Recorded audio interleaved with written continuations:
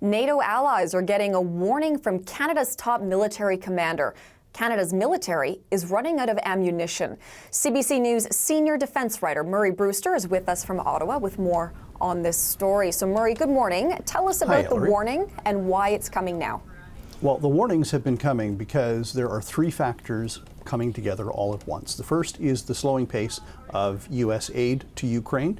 The second factor is that despite the Russian invasion in February 2022, the Allied countries have not been able to ramp up production of artillery shells and other munitions in particular.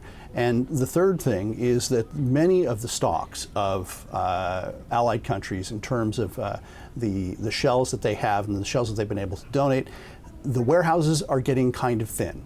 And the warnings came from not only General Wayne Eyre, who is the Canada's top military commander, before a Commons committee last week, but more urgently came from NATO's top military commander, Admiral Rob Bauer, who was speaking in Warsaw earlier this week. Now, to give you an idea of the scale of the problem, Ukraine is firing about 5,000 shells of various calibers every day.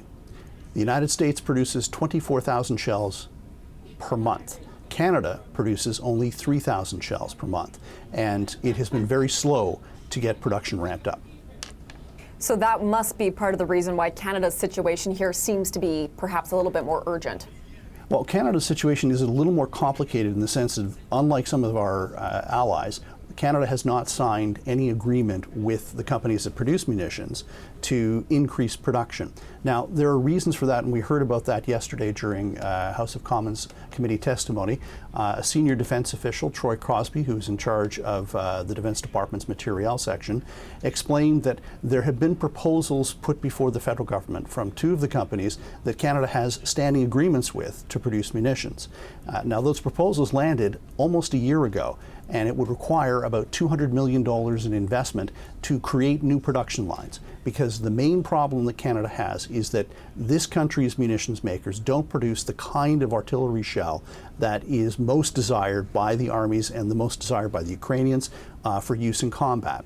And however, what's happened in the last couple of months is that the proposals to build those additional production lines have gone up by about $400 million, up to $400 million. And now the federal government is going to have to review the kind of money that's going to be put into that program. Okay. Murray, thank you for this. We appreciate it. Welcome. Great to speak with you. Murray Brewster for us there in Ottawa.